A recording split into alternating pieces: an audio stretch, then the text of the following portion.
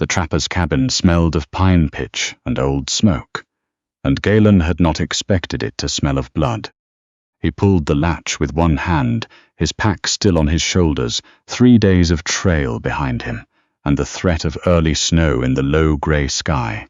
The door groaned open. He stood in the doorway a moment, letting his eyes adjust to the dark interior, and breathed. Pine pitch, cold iron, old smoke. And underneath all of it, copper and rot, the unmistakable scent of a wound that had gone too long without cleaning. His hand moved to the knife at his hip before he'd made a conscious decision. He didn't draw it, he just stepped inside. "Don't," said a voice from the far corner by the iron stove. It was a woman's voice, young, cracked at the edges, shaking hard enough that the single syllable barely held together. Galen stopped. He let his eyes find her in the dimness. A shape pressed into the angle of the wall and the floor, knees drawn up, a man's heavy canvas coat wrapped around her like armor that fit her badly. Her hair was a dark tangle of loose braid, and wet strands plastered to her cheeks. Her face was pale under the grime, pale in the way that meant something was draining out of her slowly. She had a knife, small one, a paring blade, the kind that lived in kitchen drawers.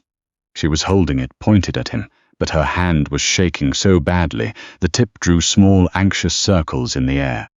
Galen looked at the knife, then at her face. "All right," he said. His voice came out rougher than he intended. 6 years in the backcountry had that effect on a man. "You forgot how to modulate. Put that down." "No.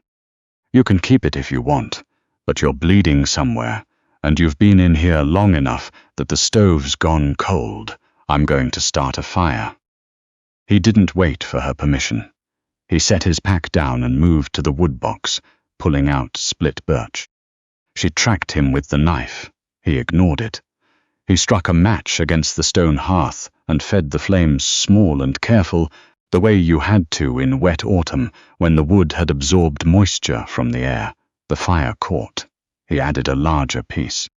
"I know you're not going to use that blade," he said, not looking at her. "If you were going to use it, you'd have used it already." She didn't answer. The cabin warmed slowly. Galen hung his coat on the peg by the door and filled the kettle with water from the barrel. He set it on the stove. He could hear her breathing, uneven, careful, like someone managing pain with the discipline of someone who had no other options left. "Where are you hurt?" he asked. Silence.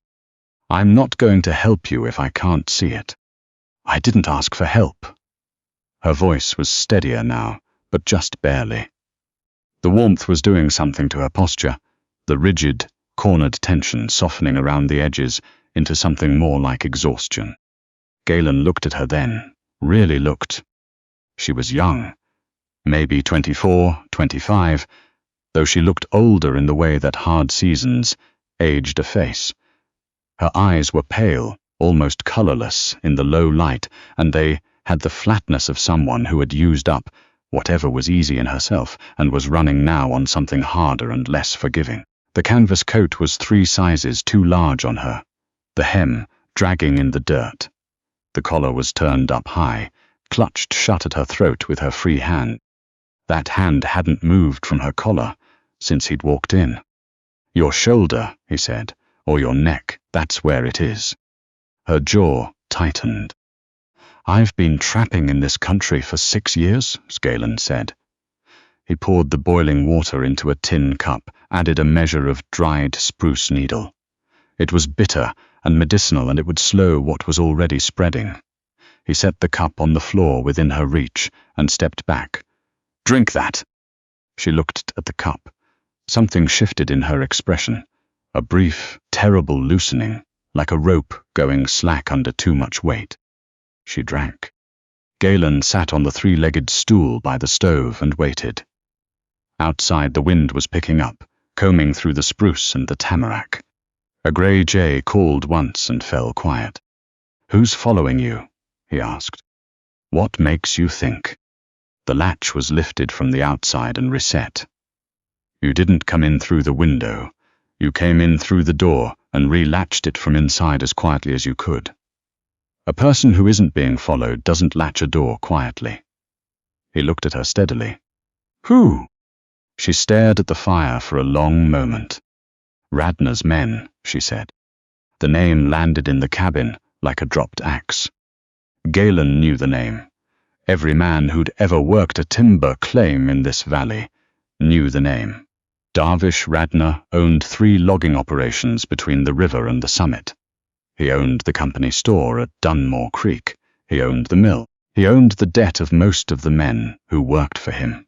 A fact he managed with the casual brutality of someone who had never once been told no and had no imagination for what that might eventually cost him. How many men? 2 when I left camp, maybe more by now. She pulled the collar a little tighter. He'll send Vey and Torp first. He always does. Galen nodded slowly. He went to the single small window and looked out at the tree line, nothing moving yet, but the light was failing fast, the sky settling into that heavy pewter that came before real weather. Let me see the wound, he said. No. Then you're going to die in my cabin, and I'm going to have to bury you in frozen ground, and I've got enough to do this season without that. He said it flatly, without cruelty. It was simply the truth of it, and he had found that people who were surviving on whatever this woman was surviving on generally respected the truth more than tenderness. Her hand tightened on the collar. Her chin dropped. Please, she whispered. The word came out different from all the other words she'd said. It came out used up, wrung dry. Just look. You'll understand when you look. Galen crossed the cabin and crouched in front of her. He was a big man, wide through the shoulders, his dark hair gone grey at the temples and through his beard. He had a face that years of weather had carved into something angular and still. He waited. Slowly, Briar let go of the collar. She pulled the heavy canvas coat aside, off her left shoulder. She worked the lacing of her blouse loose with trembling fingers and drew the fabric down. Galen had seen bad things. He'd been a logger before he became a trapper, and logging camps were not gentle places. He'd seen men taken by falling timber, seen hands ruined by the bite of a saw blade, seen what a snapped choker cable could do to a man standing in the wrong spot. He had thought himself past the point of being stopped cold. He was wrong. Burned into the pale skin of her upper shoulder, not old, not healed, barely past the first raw stage, was a mark, a letter R, inside a circle, Radner's company mark, the one stamped on the end logs of every timber cut from his 3 operations. The iron had been held too long, the edges were blistered and weeping, the skin around it bruised, deep purple-black. The infection had already taken hold, spreading outward in a faint red bloom. It was a brand, burned into a woman's flesh like she was a piece of property, being marked for inventory. Galen didn't speak. He couldn't for a long moment. He just looked at the ruined skin, and at what it meant, not just what had been done, but that someone had done it deliberately, with planning, with the calm certainty of a man who expected no consequence. Then Briar shifted, a careful, deliberate movement. She opened the front of the canvas coat. Wrapped against her chest in a worn flannel sling, asleep with his small fist pressed against his own cheek, was a baby, 3 weeks old, maybe 4. His face was sealed in the profound serenity of the very new, entirely unaware of the weight of everything that had carried him to this cabin. He breathed in tiny soft pulses against her ribs. Galen sat back on his heels. The blood on her coat, he understood it now.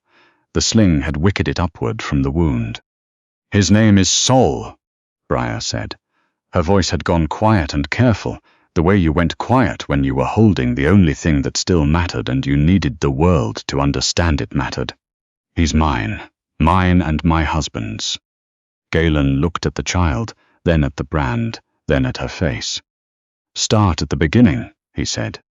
She talked while he cleaned the wound. She talked in short factual sentences, the way someone talks when they've been over the ground so many times in their own head that the emotion has been worn smooth, like Riverstone. She was from Dunmore Creek. Her father had worked Radner's timber operation for 12 years, a good bucker who knew his axes. When he got sick, lungs, the way so many of the Sawyers went, he'd borrowed against his wages to cover the doctor and the medicine. Radner had extended the credit cheerfully. Radner always extended credit cheerfully. Her father died in February, still owing. Radner came to the house in March. He had the ledger with him, the figures written in a neat clerk's hand. He was polite about it. He was always polite, she said, in the way that men who don't need to raise their voices are polite, because everyone around them already knows what they're capable of. He told her the debt could be settled if she came to work at the main camp. Cook. Clean. Keep the books for the company store. She went. What else was there? The camp was a day's ride into the mountains, 40 men, a dozen horses, a bunkhouse, a cook shack, a manager's cabin where Radner stayed when he visited. She cooked and cleaned and kept the books. She tried to be invisible. She wasn't invisible enough. Galen worked gently, soaking the worst of the wound with warm water and carbolic from a small brown bottle in his kit. She hissed through her teeth, but didn't make any other sound. The baby slept on the folded coat beside her, indifferent to everything but warmth. Her husband's name was Sayer, a young faller, new to the camp, the kind of quiet, careful man who showed up early and left late and never gave anyone reason to look at him twice. They'd spoken in the cook shack, then in the yard, then on Sunday afternoons when the other men were sleeping. They were married by a circuit minister in October, in the trees with 2 witnesses who had sworn to keep it quiet. Radner found out before November. He had Sayer beaten in the yard in front of the whole crew as a lesson about what happened when men took things that belonged to Radner's operation. He didn't kill him that day. That came later, at the felling site, a tree that fell the wrong direction, a chain that gave way at exactly the wrong moment, the kind of accident that happened in logging camps. All the time, the foreman said, with his eyes on the ground, the kind that didn't bear looking into. She'd already known she was carrying Sol by then. She waited 4 months. She waited until Radner rode out to Dunmore Creek for the mill contracts. She took a coat from the supply room, packed what she could carry, and walked out at 3 in the morning, with her son against her chest and the kitchen knife in her coat pocket. She had walked for 2 days. Galen tied off the bandage and sat back, looking at her. She was watching the fire, holding Sol, who had woken and was nursing quietly, his small hands opening and closing on the fabric of her sling. The brand, Galen said. Her jaw shifted. The week before I left, he'd been told I was asking the cook about the road south. He didn't say anything right away. He just called me to the manager's cabin that evening. He already had the branding iron in the fire. She looked down at Sol. He said if I ever left, everyone who found me would know exactly where I'd come from, that he'd have me brought back, no matter where I ran, that I was camp property, same as the horses and the timber, and a man's property carries his mark. The fire popped. Wind pressed against the cabin wall with a sound like slow, steady breathing. Galen went to the window, down in the valley where the trail turned out of the timber. There were lights, moving lights, lanterns held by men who were not planning to stop for the night. Get up, he said. We're leaving now. They went up. Up was the only direction. Radner's men couldn't follow on horseback, and Galen knew these slopes the way he knew the inside of his own palms. Every game trail, every shelf of rock, every spring that ran even in the deep cold. The rain came within the first hour, a cold sideways rain that turned the needle bed to slick, and the rock faces to something close to glass. Galen. Broke trail. Briar followed in his steps, her head down, her breath coming in sharp, visible gusts that the wind tore apart. Sol was quiet against her chest, shielded under the canvas coat. She fell twice. The first time, she went down hard on one knee and caught herself with both hands on wet stone, and Galen looked back and watched her get up without a word, without a look that asked for anything at all. The second time she went into a rock hollow up to her hip, and the shock of the cold water pulled a sound out of her that she immediately swallowed back. He reached down and hauled her out. Her hand was like river ice in his. "How bad is the shoulder?" he asked. "Keep moving," she said. He kept moving. They found a sheltered ledge, 2 hours up, a deep undercut in the granite, out of the wind with enough room for both of them and the gear. Galen strung the oilcloth tarp across the opening and built a fire the size of a tin cup, feeding it dry lichen and the smallest pieces from his pack. The flame was a weak and desperate thing, but it held. He handed her his wool blanket. She wrapped it around herself and Sol without arguing. "They'll see the smoke," she said.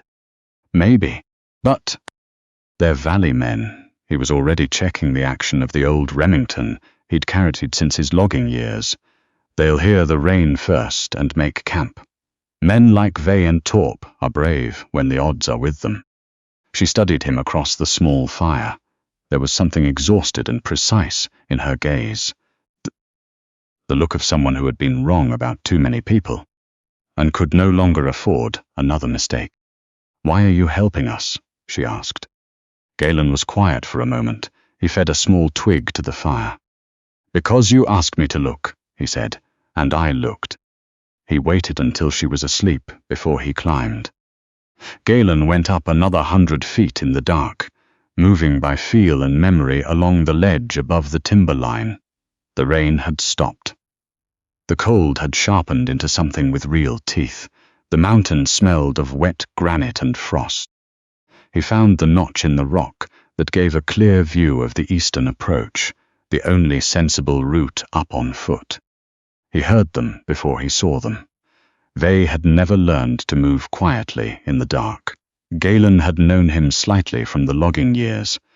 A foreman's enforcer who'd found his calling in intimidation, and whose primary weakness was that he believed too firmly in his own invincibility, which made him careless. 2 shapes below, working up the trail with a lantern, moving slowly, moving visibly. Galen waited with the patience of a man who had spent 6 years alone in the backcountry, for whom patience had stopped being an effort and become simply a way of being. He waited until Torp stepped across the exposed section of pale granite that marked the boundary between the tree line and the open slope. Then he fired, not at Torp, into the rock face 2 feet above the man's head. The crack of the Remington tore through the night and bounced off the surrounding peaks, multiplying itself, making it impossible to read where it had come from. The lantern swung violently. Torp hit the ground. Vey went scrambling back into the scrub with a sound that had nothing composed about it. Galen moved before the echo died, 15 yards left, to a new position behind a split boulder. He listened to the sounds below shift register, from pursuit to something else entirely. He listened to 2 men calculating, out loud, what the odds looked like now. He fired once more, into the trail 6 feet ahead of Vey's retreating shape, and that was the end of it. The lantern swung back toward the valley. He listened to them going, moving faster downhill than they had come up. He waited 20 minutes in the cold, just to be certain. Then he went back to the overhang. Briar was awake, sitting in the same position he'd left her, with the fire held at exactly the size it had been. Sol was tucked against her side, breathing slow, and even in the dark beneath the heavy blanket. "Vey and Torp," she said, not a question. "They're going back to the valley." She let out a breath that came from somewhere very deep. The kind of breath that had been held for a long time. "Radner won't send anyone else," she said. "He'll come himself." "Yes," Galen said. He settled against the stone wall. "He will." The morning came grey and still. The clouds had thinned in the night, and the world above the tree line was bare and silver. The granite rhymed with frost. the sky a pale blue that held no warmth yet. Galen spotted Radner 2 hours after first light. He was alone crossing the upper slope on foot, moving steadily, if not gracefully. His dark coat was too thin for the altitude. He was carrying a rifle and a revolver and an expression that Galen, watching through the brass sight of the Remington, recognized as something past ordinary anger. It was the look of obsession, the look of a man for whom this had stopped being about the woman, or the debt, or even the brand, and had become entirely about the fact that something of his had walked away. "He's here," Galen said. Briar stood up from where she'd been feeding Sol. "I know," she said. She'd heard the boots on the rock before he had. There was nowhere further to go. The slope above was a sheer face, no footing, no cover. What lay ahead was a broad, flat shelf of granite, perhaps 40 yards across, where the mountain simply ended. Beyond it, a long drop into the gorge below, and empty air, and the sound of the river far down in the dark. Galen had known this shelf since his first winter trapping season. He'd never given it a name. He led her there anyway. "A dead end," she said, stepping out onto the open rock. "An ending," Galen said. He dropped his pack, checked the rifle, and then stood still in the center of the shelf and waited. Radner came over the lip of the granite, breathing hard. His coat rimed with frost at the shoulders. He stopped when he saw them. His face moved through several things quickly and then settled into something cold and fixed. He looked at Briar. He didn't look at Galen, as if Galen were simply a complication, temporary, easily resolved. "You've caused a great deal of trouble," Radner said. His voice was still controlled. It was the voice of a man who had been in control for so long he'd forgotten that control was a condition and not a permanent state. You knew what you owed. You knew the arrangement. "She doesn't owe you anything," Galen said. Radner looked at him then, the measured look of a man assessing a piece of timber that had fallen across a road. "Step aside," he said, "and I won't need to make difficulties for you. I've spent 6 years in the backcountry specifically to be free of men like you and their difficulties." Galen said, "Your difficulties don't reach this high." Radner raised the rifle. And then Briar stepped forward. She stepped around Galen, out from beside him, placing herself squarely in Radner's line of sight. Her arms were at her sides. Her chin was level. Her free hand rested on Sol's head, where he slept in the sling at her chest, a gesture so automatic she probably didn't know she was doing it. She reached up. She pulled the collar of the canvas coat aside. She showed him the brand. The R inside the circle, blistered and weeping and brutal in the pale morning light. The skin around it still purple, still angry, still telling everyone who looked at it exactly what kind of man had put it there. Radner blinked. "You wanted it to follow me everywhere," Briar said. Her voice was very quiet and very steady, the way a river is quiet and steady just before it reaches the fall. "Every person who found me would see your mark. And know I belong to you. That was the idea. You do belong. I buried my husband in ground no one will find because you decided he didn't deserve a name or a grave." She did not raise her voice. She didn't need to. The altitude and the silence did that for her. "I walked 2 days through these mountains with your iron burned into my shoulder and my sun against my chest because staying with you was a worse kind of dying than anything the backcountry could offer me. And I would do it again. I would do it 100 times. She held his gaze without flinching. "You are a man who needs to hurt people smaller than him to feel large. Up here, there's no one left to feel large in front of. Up here, there's only the cold and the drop, and exactly what you are without your ledgers and your men and your company store." Something moved behind Radner's eyes. Not conscience. Men like Radner had spent decades starving that out of themselves.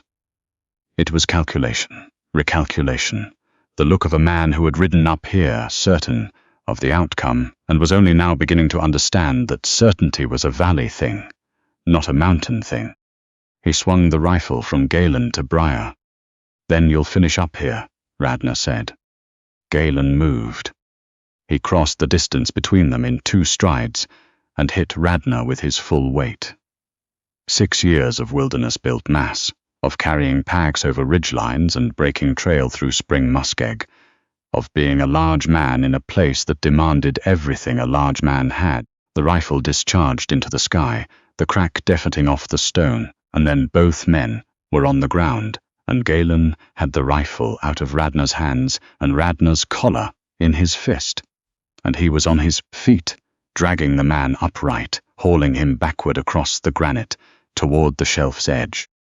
The drop opened up behind Radner's heels, the gorge and the river far below, and several 100 feet of cold, empty air between the two. Radner made a sound Galen had not expected from him, a high, airless sound, the sound of a man discovering very quickly that there are things money cannot negotiate with. He looked down at the gorge, and everything that had been composed in him dissolved all at once. "Don't," Radner said. "I'll pay. I'll sign anything you—" "Stop talking," Galen said. He looked at Briar.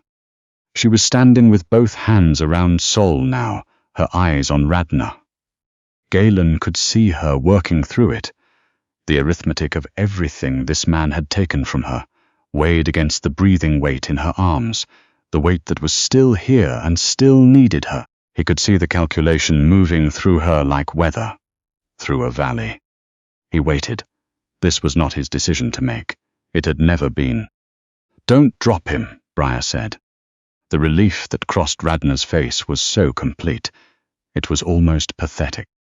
"Bring him down the mountain," she said, "all the way down into Dunmore Creek, into the square in front of his company store, where every man who owes him money and every family he's made smaller can see exactly what he looks like right now." She touched her shoulder, the brand hidden under the canvas, but present, always present. "And when the mounted police come, and they will come, because I am going to walk into their office and show them this, I want them to find him already there, already waiting. He wanted his mark to follow me everywhere. Let his shame follow him the same way. Let them see what it cost him to come after a woman and a baby. Let the whole valley see what the mountain sent back." Galen looked at her for a long moment. Something moved through him that he hadn't felt in years, something that felt almost like recognition of a person he'd stopped thinking he would find. He hauled Radner back from the edge and put him down hard on the granite. He bound the man's wrists with the rope from his pack, efficiently and without ceremony, the way you bound something you were bringing in from the backcountry, not with anger, just with the flat competence of a man who knew the work and did it. Radner sat on the bare rock, diminished and shivering, all the authority scraped off him by altitude and cold and fear, and said nothing more. Galen went to Briar. Her legs were beginning to give way. He could see it in the way she was holding herself. The fever that had been kept at bay by sheer will starting to collect, its debt now that the will had a moment to spare. He caught her by the elbow. "Endelium Post," she said. "Dunmore Creek, is that?" "Half a day's walk," he said. "We have time." He looked at her face. The steel was still there, underneath everything, quieter now. Something had been set down, something heavy that she'd been carrying so long she'd stopped noticing the weight of it. "Can you walk?" he asked. "Ask me again in 5 minutes," she said. He almost smiled. It had been long enough since he'd done it that the shape felt unfamiliar. He picked up his pack, collected Radner's rifle, and used the rope's remaining length to lead Radner by the wrists down the slope. Briar walked beside him. Sol slept. The sun broke through the cloud cover as they reached the timber line, painting the frost-rimed spruce in pale gold, and the valley below was waking up the way valleys always did. Smoke from chimneys, the distant sound of horses, the world going about its ordinary business, while 3 people and a baby came down from the high country with the shape of something changed permanently between them. Galen had come up here 6 years ago to be left alone. He had been very good at it, and for a long time he had believed that was the same thing as being all right. He walked. Briar walked beside him, her shoulder touching his arm. It wasn't the same thing at all. He knew that now, and he knew something else too. He knew what was.